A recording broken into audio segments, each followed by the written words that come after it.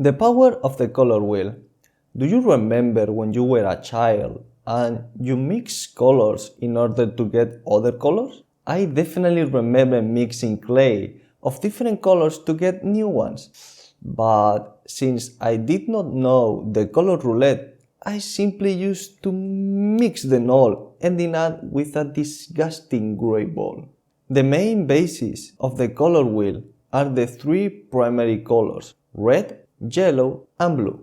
They are known as primary colors because they are colors that you just can't create by mixing other colors.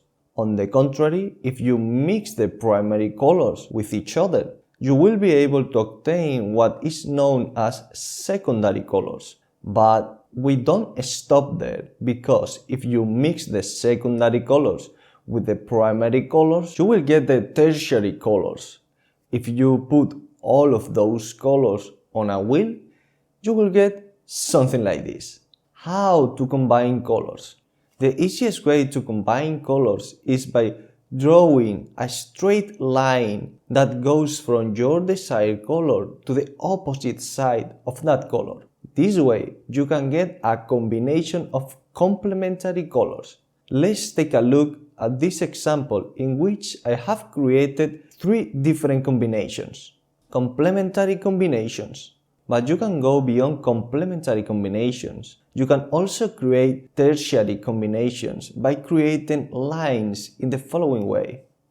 But this is a very rudimentary way of creating colors combinations. That's why I recommend that you use a free Adobe tool called Adobe Colors to make colors combinations.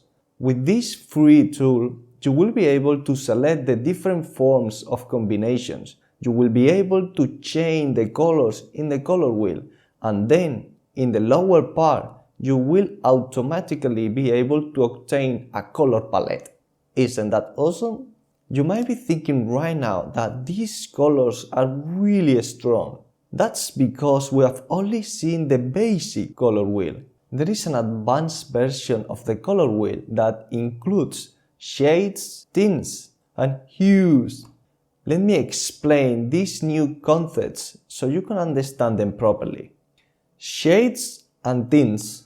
The hue is a pure color without modification. Now, let's suppose that the color white is not really a color, it is simply the accent of colors, okay? And black are like ingredients that you can add to your hue. Depending on how much white or black you add to the hue, you will be able to generate shades or tints. You get shades by adding black to your hue, while you get tints by adding white to your hues.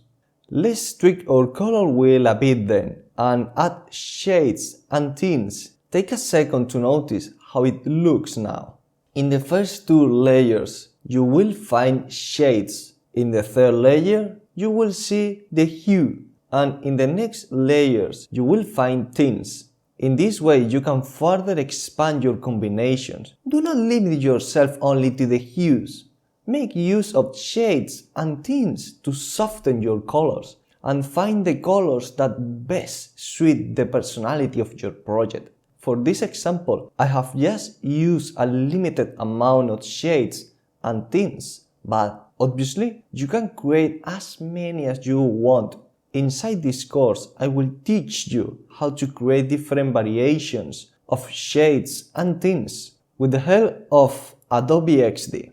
So, what are the core concepts of all of this? Well, the color wheel offers you an easy way to combine your colors using different harmony rules, of which we saw two: complementary and tertiary. However, there are other options such as monochrome, shades, complementary scatters, etc. You can experiment with all of these harmony rules using Adobe's free tool Adobe Color. Remember that you can expand your combinations by adding shades and tints to the hue. This will help you create colors that are more suitable to the personality of the project you are working on. Don't worry, Colors can be a little bit tricky and complicated at the beginning, but in our next lesson, we will speak about some tricks that you can use that will help you choose and manage your color much easier. This way, you will be able to choose the best colors for your next project.